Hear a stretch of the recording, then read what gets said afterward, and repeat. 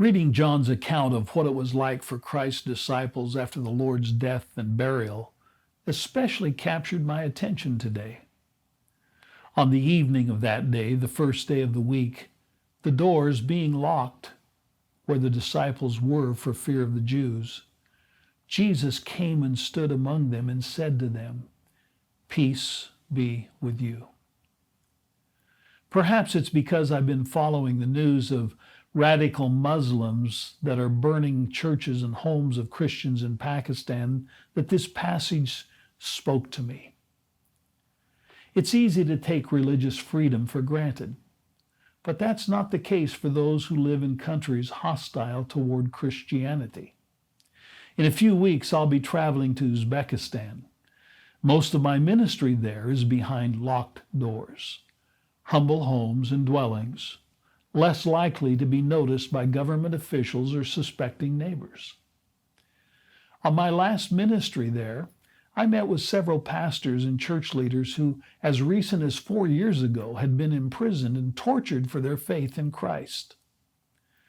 Although fewer restrictions are now imposed upon Uzbekistan Christians, today these people continue to live with uncertainty and caution. So did the disciples of Jesus. They were fearful, confused, uncertain about what would happen next.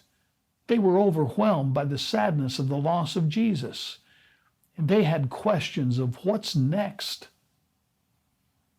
They stayed behind locked doors. And those same disciples had emotions and questions that we too experience today.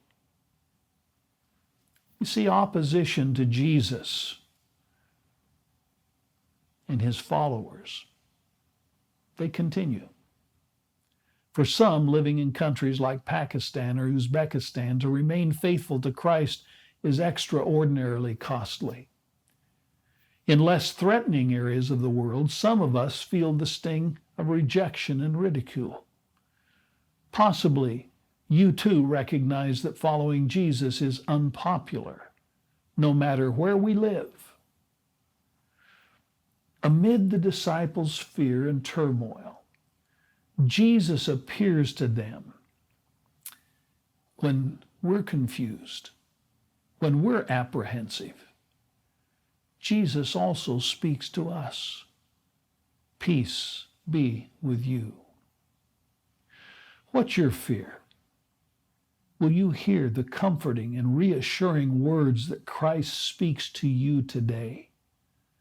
Peace be with you.